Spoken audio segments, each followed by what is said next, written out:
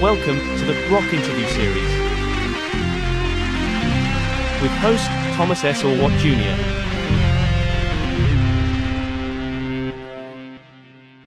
Welcome to episode number 116 of the Rock Interview Series. I'm Thomas Orwatt Jr. Today is February 19th, 2025, and in this episode, I have singer-songwriter Robin McAuley as my special guest. Robin talks about his latest solo record, Soulbound, which is his third solo release in 4 years under the Frontiers music label. We also discuss Robin's experiences in his other bands, including Black Swan, a supergroup featuring legendary musicians Reb Beach, Jeff Pilson, and Matt Starr. Additionally, we cover Robin's history with the McAuley Schenker Group alongside guitar virtuoso Michael Schenker and his time with the band Grand Prix, which he joined in 1982, and also the band Survivor. So let's get started. Here is Robin McAuley. Hey everyone, welcome to the Rock Interview Series, and we have a great special today. We have Robin McAuley, singer-songwriter, who is releasing a brand new solo record called Soulbound on next Friday on February 28th. Great release. You've already released 3 singles from it. Robin, you've done a lot of work in the last 5 years, and between your solo releases and Black Swan, but this one you must really be proud of. This is a great release. Um, this is the third, my third solo at Frontiers. Since you mentioned Black Swan, we just put Black Swan number 3 into the can, ready for mixing. So all in all, it'll be like 6 productions with Frontiers in the last short amount of years. Really with this one, some new people on this one, new producer Aldo Lenobile, Alessandro Del Vecchio left the label, but not before he had submitted at least 2/3 of the songs for this record, together with always my go-to guitar player for the record, Andrea Cerveso, because he's just love his tone. And I wanted to push him a little more to the front on this record, so it's a lot more edgier, guitar riffy. New drummer on this one, Alfonso Mosserino, and some keys on there from Antonio Garte. Plus, Aldo is a great guitar player himself, great bass player. And then he also brought in for some of the additional guitars, Alessandro Mamola. So I'm surrounded by just great musicians, and I will perform at the Frontiers Rock Music Festival April 27th in Milan, and I'll get to be on stage with all of those guys, which is going to be awesome. And I think we're going to add maybe 5 or 6 extra shows since we're already in the thing. Yeah. Yeah, really happy. Now, what about touring the United States? It's really been a while since you've, really done anything as far as, Robin McAuley solo shows in the United Yeah, States. yeah, I'm usually out with Michael Schenker, Michael Schenker Fest, Michael Schenker Group. Um, People have been asking because we did post already some shows already for August for the UK. I just got back to Sweden, and Sweden wants me back again for more solo. And then I planned a Firefest festival in the UK in October, and that kind of came about because a bunch of others had been out to the festivals and saw MSG play, and they were calling me, going, dude, no McAuley Schenker songs in the set. And so they said, look, we'd love to have you out as a solo artist, just doing this. Don't play live. You're up there with Michael and add your solo and maybe some Grand Prix stuff. And that kind of snowballed. That's what I ended up doing. Now I have pretty busy year ahead of me. I go back to Sweden. I will do the Monsters of Rock cruise in a few weeks' time with Michael Schenker.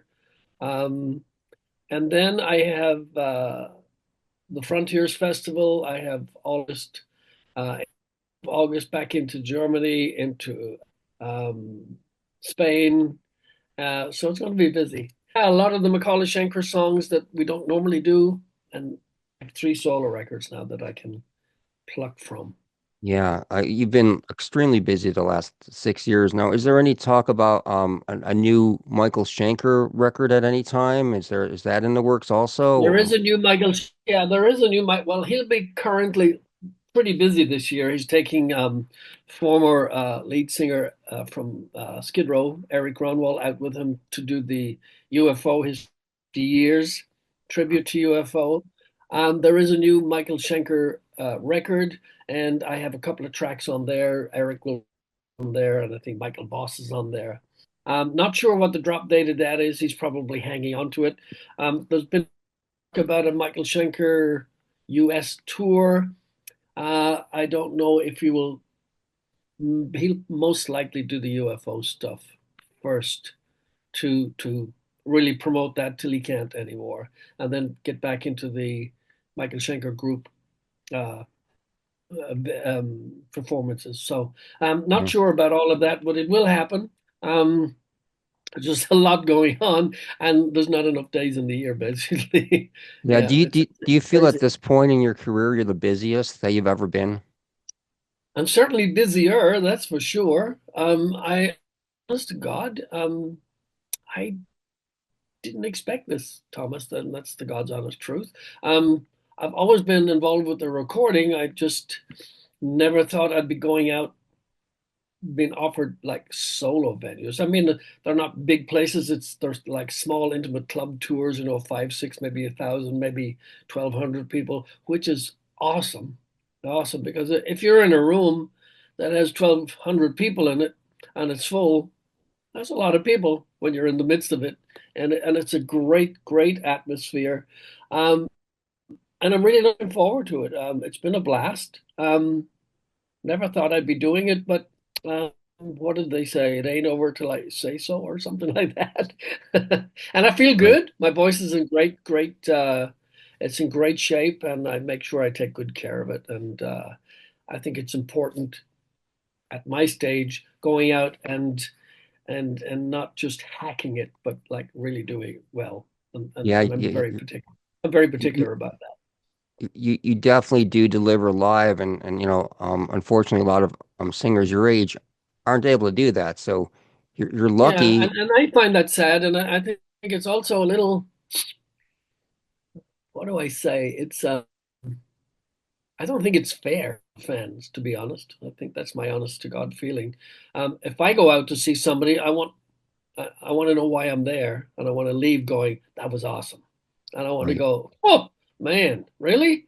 I don't want to hear that. If that's been said about me, it's like time to go. Time to go, baby. Yeah. Mm. And with every release, it seems to me like, there's something new, something different, something you're offering that you haven't before. Do you like the challenge of like, going on and coming up with these new releasing these new records as opposed to just like resting on your like past catalog? Yeah, because that's really boring. It's easy to do more of the same. I mean, it'll always be classic rock because that's what the label wants me. But I think a little freshness to it, even though it still falls into that sort of genre. Um, and by doing that, I surround myself with different players. And when you do that, they're going to bring what they do to the table. And when you combine all of those different influences, you're going to get something hopefully new and good to listen to. I look for that all the time. I just hate more of the same. It's boring. It's not and it's not fun. It's not fun. It's a bit of a dirge, basically. And these guys are great. And um, I'll give you a prime example. I just did the show 2 weeks ago in Sweden, and the band that I had was a band called Gathering of Kings. I'd seen them up on YouTube. Great, great, great players. And they actually said, if you come to Sweden, can we be your backing band? Right. And so I went, okay, I'll check it out. And they sent me all of these files and stuff. And I went, this is great playing.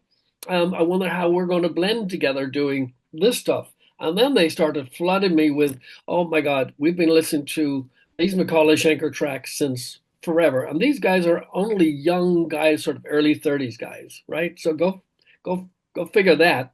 And we get into a rehearsal room, 2 4 hours rehearsals before a show in Sweden that I'd never seen these days before.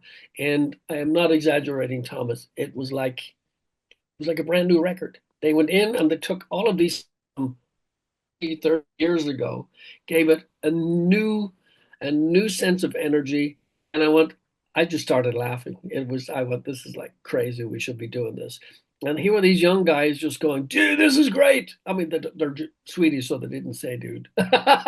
But it was just the energy that they brought to it. And I went, wow, it's almost like a new lease of life. And then I started getting excited and I went, let's do this one. And it was great. And now I'm going back to Sweden with the same band because it was so cool. Promoters went, this is great. I think we should do more.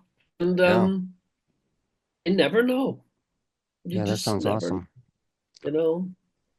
I want to go back and talk about your other band, Black Swan, which when you released your first record, 2020, Wow. in the middle of the pandemic, you released "Shake the World" by Black Swan, and right then and there, I mean, everybody was freaking out over the supergroup, and then you followed it up again in 2022 with Generation Mind, which was even a better record, and more people were freaking out. And I mean, you have to realize how great this band is and how great these records are. Is it frustrating that you guys can't just like go on the road and just like dominate for like Oh 200 God. dates a year?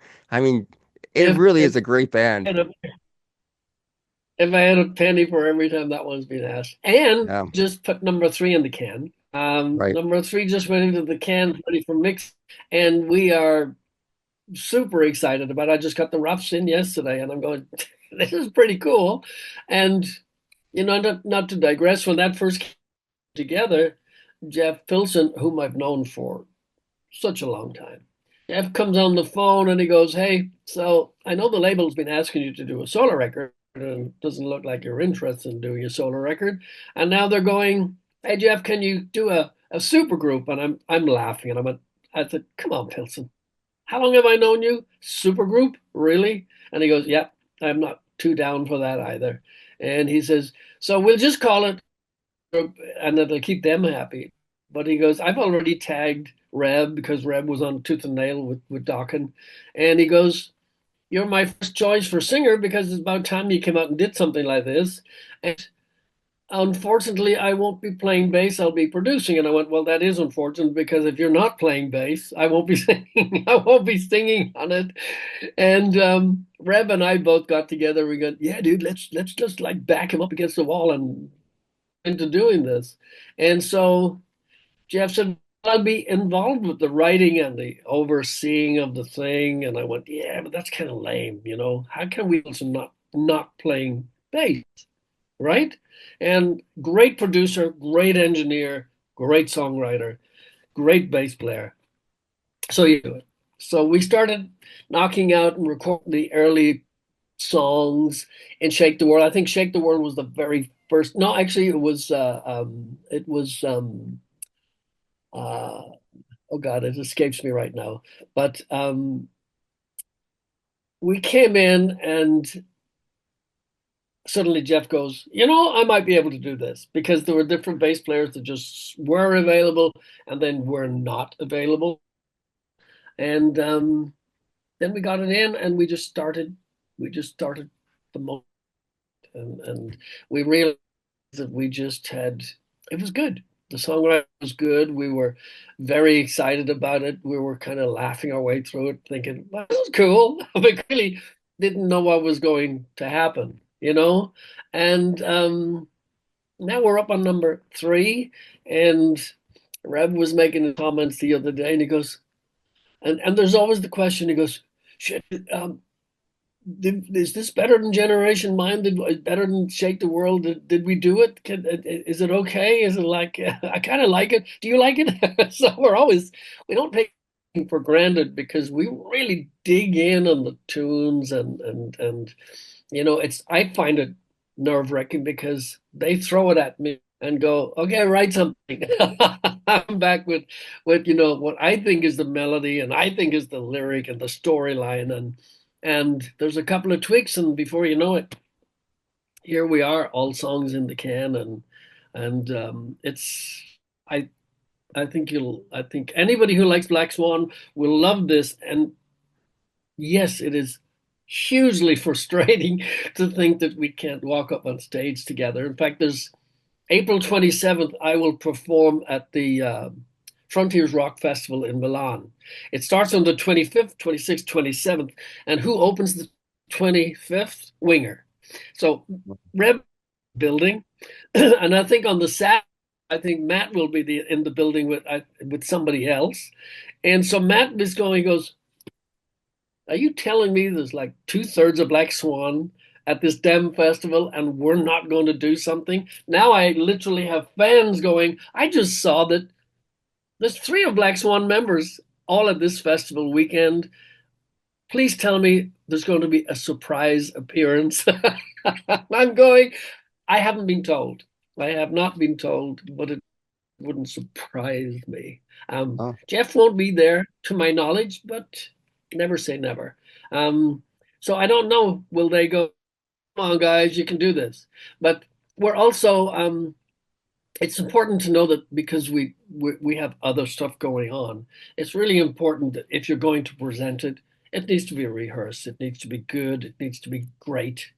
And and and we do have level of quality that we'd like to deliver given the opportunity. So I think Winger are going to start out the Winger dynasty some point this year. mhm. Um, so Reb will need something to do, and Black Swan would be a good way to go. So we're going to talk and see how we can make something happen while Yeah, we has can Black still have. Swan ever played out live before? Have you done any gigs with Black Swan? No, we have not, Thomas. Sadly, Oh, we have. Sadly, we haven't. And God knows, we'll have, I think, 3 great records to pull from. Um, I would love. I've always said it to the guys. I would love to be on a bunch of festivals with the band because I think it would be the best way to highlight the band live because now you have a lot of people in the same place at the same time, and you don't have to go out and sort of going through whatever that people might just not get the word, and it could be very disappointing. But I think if you did the festivals with a decent enough slot, you'd have enough people getting some sort of a feel for what Black Swan is. I think it'd be a great way to introduce the band. yeah. And then maybe a handful of tour dates would stem from that. That would be the most logical way to do it, just from my standpoint, I think, anyway. Yeah, But we'll see. like opening for a band like Def Leppard or even Journey or Oh, something like that I would be mean, and that's what we would like to see happening as a result of it. I think going out solo, just us, might be, I don't know, we might bite more than we could chew because every band needs a leg up, needs an introduction, yeah, and and and I think that'd be a good way to do it. Oh my, if we got out with a leopard or something, that would be just ridiculously yeah, awesome. yeah. Yeah. I want to go back to the beginning of your career. How did you get involved in music, the start? Oh dear. Um, Simple. I wanted to be a great drummer, and I sucked. I played drums for a number of years in local bands. I used to do background vocals. Um, then whoever would be singing would also fancy himself as a drummer and go, "Can I play drums on this and you sing?" And I never was a singer, and I'm still not a singer in my opinion. Somebody who managed to got thrown up front, and I ended up staying up there. That was never my goal. Um, I was a big Thin Lizzy fan, a big Motown fan. Um, just loved something with melody in it, and that was my jam. Uh, and it took me a while to get into Zeppelin. Now I love Zeppelin, of course. It took me a while to get into Hendrix. Love Hendrix. Um, always a slow burner, you know. But never singing was not on my agenda at all. I just wanted to be, I just love drums, still do. Wanted to be a great drummer, just didn't have the chops to deliver. But I could tell a drummer what to play, no problem. And I joined English band called Grand Prix in 82, 83. We toured with Maiden. We did the first tour that Bruce Dickinson found himself with Maiden because we had known Bruce in his days with Samson pre-Maiden. So we were all friends, all went to the same rehearsal rooms, all of that sort of stuff. And while I was in Grand Prix, Michael Schenker came out to a Grand Prix warm-up show with the late and great Cozy Powell on drums, Chris Lend, who was ex Alex Harvey band, and Andy Nye was playing keys, who went on to be on George Michael's Faith record. And after him and on over a bunch of years, I ended up joining Michael Schenker, and here we are with McAuley Schenker and And McAuley MSG. Schenker. Yeah. And in the midst of all of that, I ended up in a studio in Frankfurt, Germany, with the great Bobby Kimball, who was no longer with Toto. And we had a studio project called Far Corporation, and we did a remake of Stairway to Heaven that we thought was like hilarious at the time. And that single sold over 2.5 million just in the UK alone in 1985, for God's sake. Robert Plant saw our first show on German television in Berlin and wondering what the hell is this? And of course, it was a huge hit in Europe.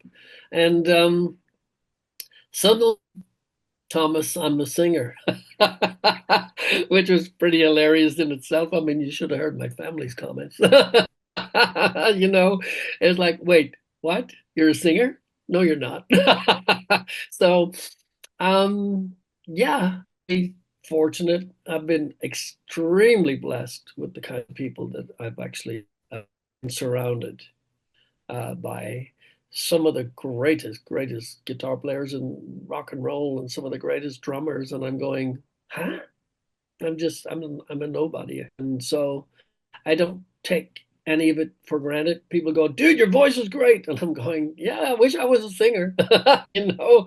And I'm big fab faves. Always loved Paul Rogers. And again, always loved the Four Tops. And that was just my thing. Just those big choruses, big melodies, great hook lines. Discovered Free. I went, wow, this white boy with all of what a treat this is, you know. And Lou Gramm, of course, was always one of my favorites because I'm going, listen to this guy sell a song, for God's sake. And so it was like Wish, that was my thing. And then I met Lou, and then I met all of those other people, and I'm going, oh God, you know, it's scary. It's scary stuff because they're talking to you and you're going, I don't know what to say. and it's true, and it's still the same. I'm a huge fan of all of these guys, and I don't belong in the same room. I just end up in the same room in the corner somewhere, you know. I don't know if I agree with that. I So, mean, well, I think you have to pay your dues, and I'm never done paying my dues, you know. It's like thankful and grateful.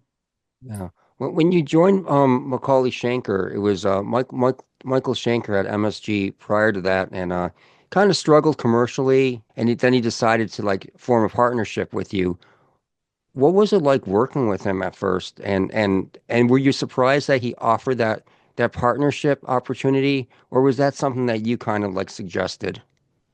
No, no, that was a complete surprise, and I don't know if you ever heard the full story. Michael had offered me to join MSG 4 years before, after he had come to that Grand Prix gig.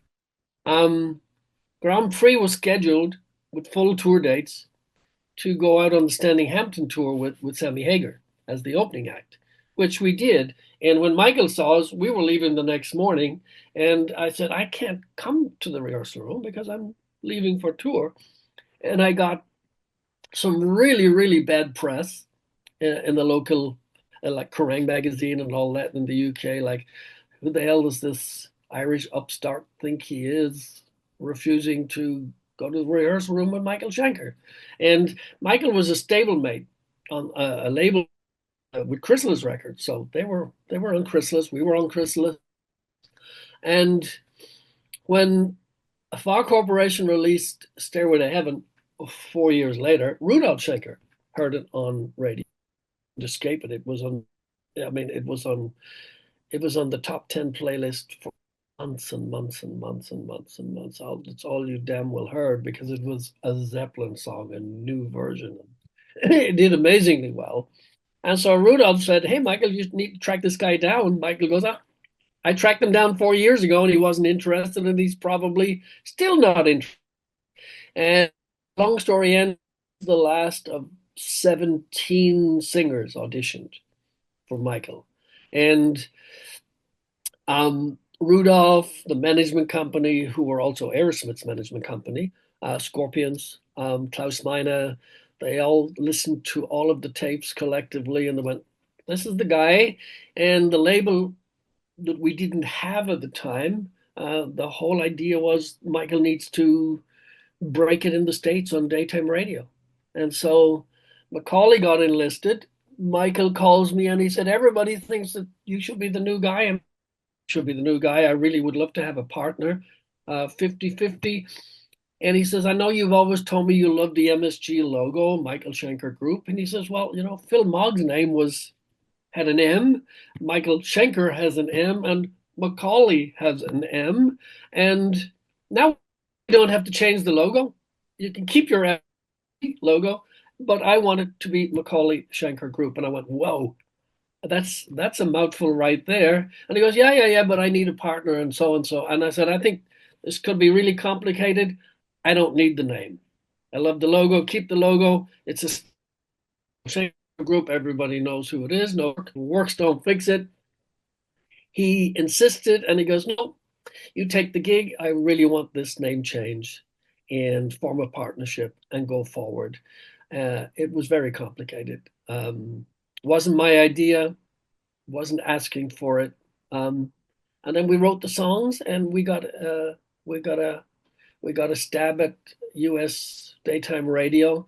I always joke and say maybe we were a day late and a penny short. Because there was a lot going on with your Warrants and your White Snakes and your Leopards and your Wingers and you name it, Rats and all of that sort of stuff. But we had a good time doing it. We wrote some cool tunes. And yeah, that was the McAuley Schenker period that, like everything else, like singing, I didn't see it coming. And suddenly there it was.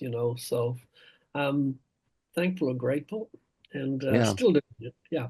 Yeah, the first record debuted or it got up to 95 on the U.S. Billboard, which was the first for Michael. And then also you got Airplay with "Give Me Your Love" was a top 100 U.S. hit. Andy Johns produced it. I believe you guys toured with Rush in the United States for that Yes, we tour. did. Yes. Yeah, we toured with Rush, which was amazing. We thought initially it would be a complete mismatch. Um, and that often happens, as you know, on tour. But it was a great tour. And then we went on to Whitesnake in Europe, and then we got on to Def Leppard.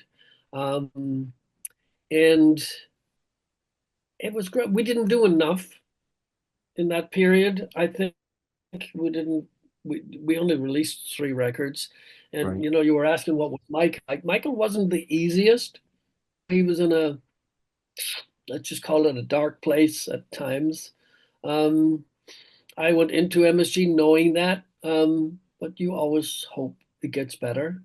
And now Schenker, who's a new person and very focused, and all of these years later is just so on his game. It's not even funny. There are guitar players who just go, you know, Yeah. want Yeah. to want to sound just like him because he's been a huge influence on so many. And Absolutely. he's very distinct in his sound and his tone. And yeah, again, um, very blessed to have been able to share the stage with Michael for so many years. and still do. And I'll be on the ship, the Monsters of Rock cruise, come March 10th through the 15th, coming up very. Yeah, I wanted to ask about the song "Anytime," which you wrote with Steve Mann for the Yes, second Macaulay Schenker "Save Yourself" record. yeah. That song, when I first heard it, I said, "This is a top 10 single." And there, like, no doubt about it. And it didn't leave for some reason, probably because of I don't know what reason, but it didn't live up to those expectations. But now I hear it on the radio all the time, and I kind of feel vindicated. Like, I was right. This would have been an awesome single. It's on like Hair Nation, like every day I hear that song. Yeah, so to quote John Kolodner, who was over at Geffen at the time. John Kolodner came to me, and um, we came out through, signed through EMI out of Germany. We came out through Capitol Records here, and John Kolodner came to me, and he didn't mince words, and he said, "I just got to tell you, that song Anytime, that label fucked up big time." Right? Yeah. That's what he said to me. And he said, "This is a number one hit. This on my label, this would be a number one hit." We hit number 4 AOR charts for several weeks. They were waiting for the crossover to come, into the main charts. And we got picked up for the third record as a result of it. One of the big issues that hit us, speaking of what you thought it should be, was because we were on Capitol, and not just because we were on Capitol, but Bonnie Raitt was on Capitol, and she got nods, I think 4 nods for the Grammys, and everything came to a stop for the rest of the band, and all focus was on pushing Bonnie Raitt's record and concentrating and getting the marketing in place. Quite rightly so, because she's amazing. But we were just lost in the dust because of such an event in place. And yes, it's still played. People go ape for it live. They want to hear it all the time live, whether it's acoustic, semi-acoustic, full on. And I wrote it with Steve, and that really came about because we had written most of the Perfect Timing record, and A&R guys are going, we need sort of a power ballady thing. And see, Steve had these great chords, sent it to me. I said to Steve to give this a shot, see what you think about it. So the track starts playing, and I start singing, and he goes, "No, no, no, no, no, no, no, no, no. You're coming in the wrong place. That's not where the song starts." I went, "Oh yeah, it is. This is exactly where it starts." And then he goes, "Well, finish it. Show me what you got." And we finish. He goes, "Oh my God, I would never have thought of putting it there instead of there." And the arrangement came about. As far as he was concerned, I just singing too early on in the track, and I'm going, "No, this is where I feel it. This is where I feel the setup. Very natural to me." And so it is to this day. That's where it came. And similarly, when we got down to the last studio record, when I'm Gone was written, the A&R guys at that point said, "We don't hear that sort of radio track on this record." And they put me together with Sammy Hager's keyboard player, Jesse Harms. And Jesse had written some of the biggest hits for Eddie Money, like Walk on Water and Two Tickets to Paradise and that stuff. Together with Jesse, I'd never met him before. And he goes, "What are you guys looking for? This is not really my bag here." And I said, "A power ballad, Jesse. That's what we need." And he had great piano piece that he'd had and never finished. And he goes, "Now here's some, what do you think of this?" And I went, "Oh my God, I love that intro." Right? And we started working a little bit on it, and I had to leave. I had a gigs or something coming up. And I took this sort of basic chord string with me, worked on it, came back to Jesse, and I went, "I think I have something on this." And so we put a rough demo together. Label went, "This is it." And When I'm Gone was another great ballad Yeah. that just got lost in the sand, you know. Yeah, We've always had some pretty decent songs, but what I said to you at the top is like maybe a day late and a penny short. You yeah, yeah. get lost, Definitely, lost in the definitely. I feel it's like some of Michael's best work were those first three McAuley Schenker records. I think. I mean, I thought you were the perfect vocalist to complement his guitar playing, and I'm sure you hear that a lot too. But I really like, you Well, know, I did, but I there was also mixed comments. People going, "Oh, Macaulay's in here, and he absolutely destroyed the MSG sound because now Michael's lost his direction and blah blah blah." And I used to say, "I didn't write the music; he did. I'm just singing over it." Um, so yeah, if you want me to take all the blame, I'll take the blame. But we did get daytime radio. We got MTV. We got VH1. We got stuff that he didn't get before. Um, did it help us? It didn't hurt, you know. right? Yeah, So that 1991 release, the MS, it was entitled MSG.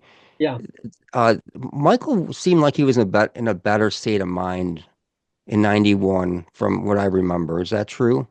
yeah, yeah. Because he'd gone again, he'd gone through some sort of dark woods, and he'd come out of it, and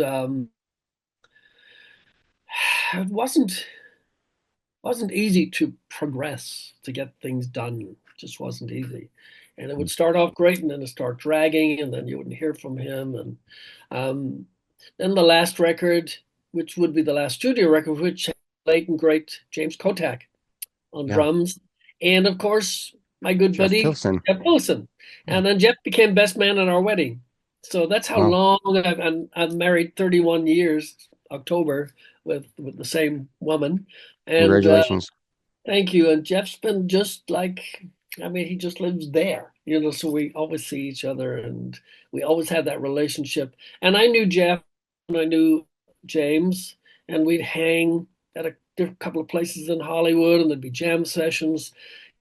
And Michael said, I think it might be easier to change things up for this record. And I went, don't bring the band in from Germany, and the UK. And he goes, I'm thinking about it. And I says, well, I do have this drummer and bass player.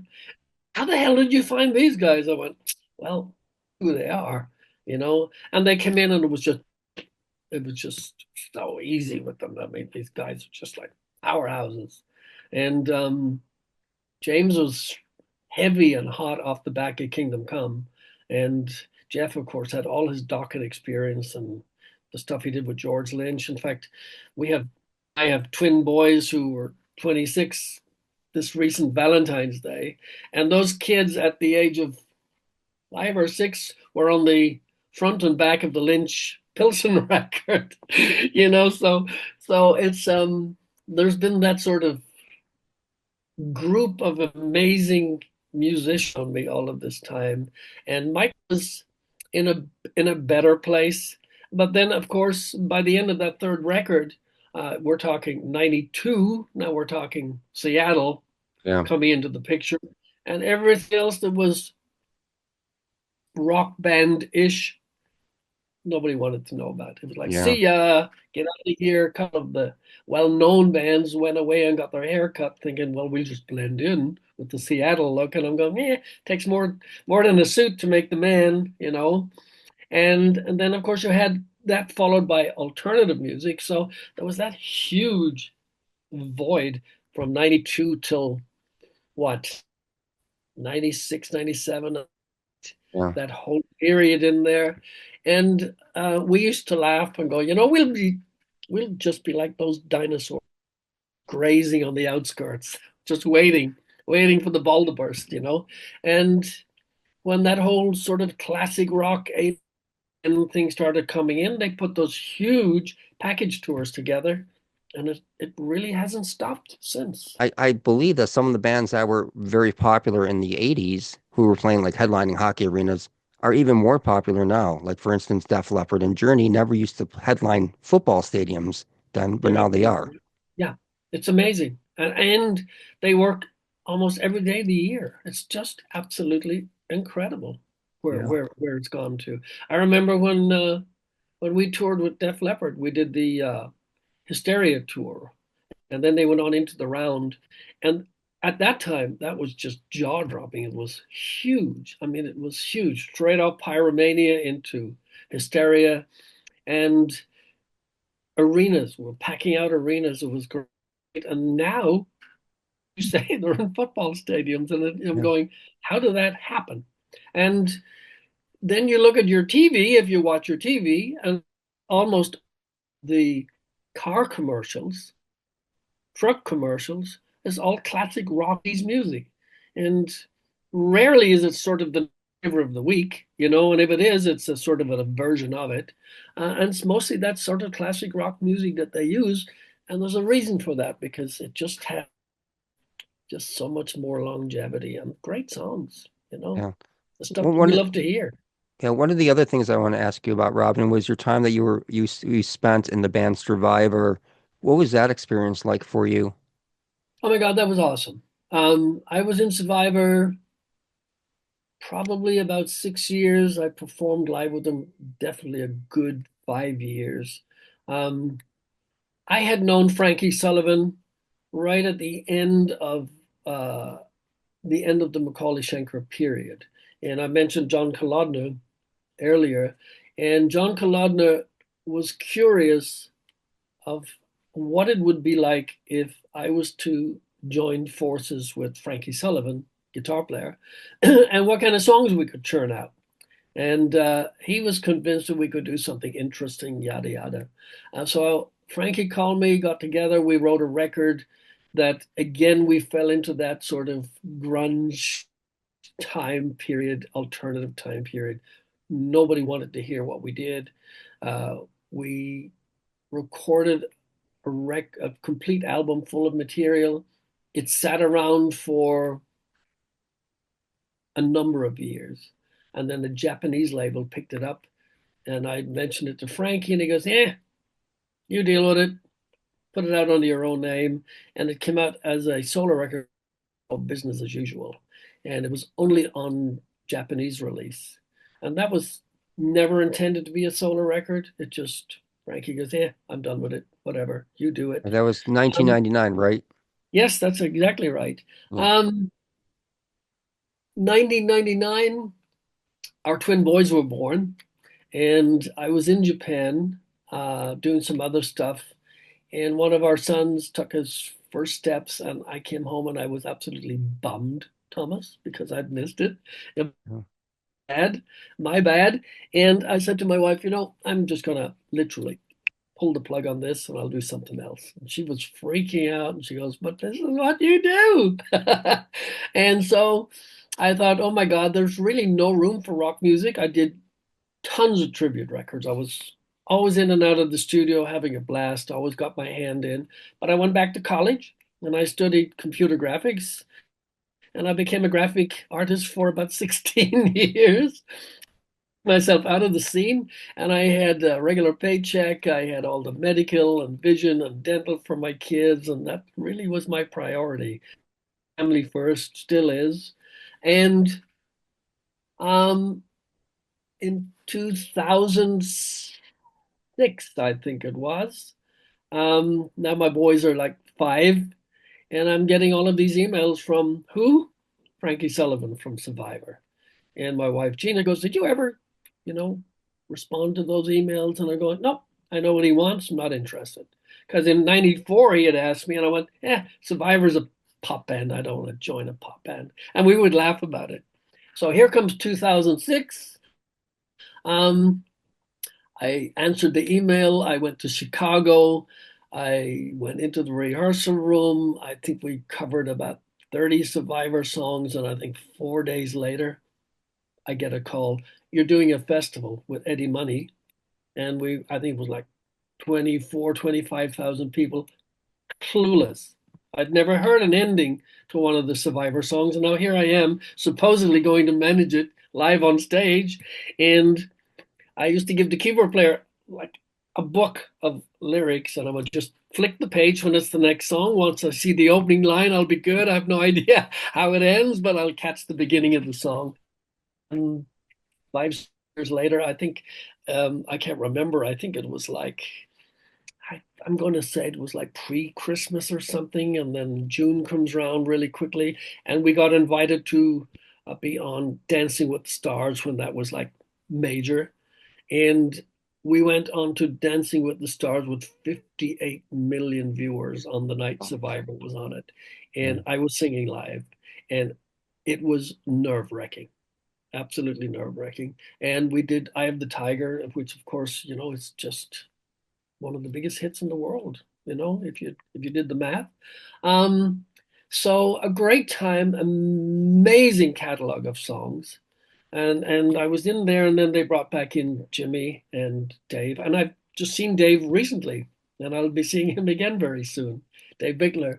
And sadly, Jimmy left us a year after he came back into the band, where they brought both singers in. Um, that was a great time, a great experience for me. So again, back to what we were saying, so much for me not wanting to be a singer. And Right. now I'm in a band that's got some of the biggest hits ever, like High on You and Can't Hold Back and Search Is Over and blah blah blah. And not a lot of people know that we when we would perform Rockin' Into the Night is a Survivor song that they gave to 38 Special. And I think that sat at number one for like 16 weeks. And then Hang On Loosely was given um, to 38 Special, another Right. hit. So it's like, I don't know what happened, but God was good to me. There was an angel on my shoulder, and I got all of these great gigs surrounded by these amazing musicians. And I'm just a snotty-nosed kid from somewhere in Ireland that nobody ever heard about.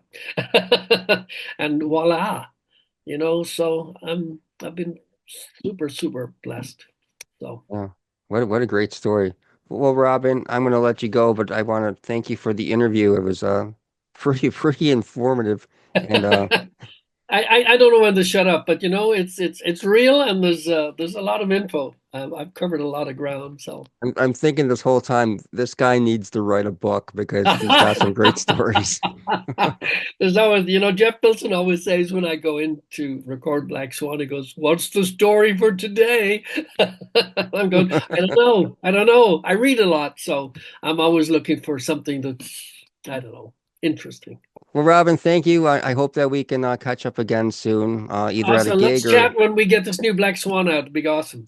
All right, that's great. I appreciate that. Tink you, Robin. Thank you, Enjoy the. Thomas. Have a great You're welcome. weekend. Bye-bye. Yeah, you too. Bye bye. Bye-bye.